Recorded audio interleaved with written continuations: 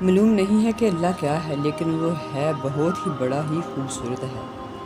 اسے خوبصورت کہوں، اسے کریم کہوں، معتبر کہوں، بزرگ کہوں، برتر کہوں، بہترین کہوں، الہی کہوں، اعلیٰ کہوں، اسے کیا کیا کہوں، اور خواہ کچھ بھی نہ کہوں، اس نے خوبصورت اور حسین ہی رہنا ہے۔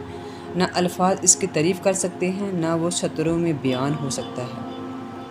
وہ ان تمام ناموں میں موجود ہے، خواہ موجود ہو، خواہ ہوں یا نہ ہو۔ حد ہے یہ وہ اللہ ہے، اور لامحدود بھی یہی ہے کہ وہ اللہ ہے۔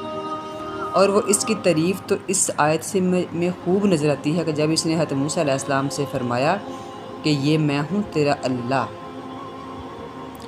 اس ایک آیت پر قربان ہو جانے کو جی چاہتا ہے کہ اللہ نے اپنے نبی سے کہا کہ تو نے اپنے بندے سے کیوں نہ کہا، جا بجا کہا، ہر جا کہا، تبھی تو جو جا بجا ہو گیا۔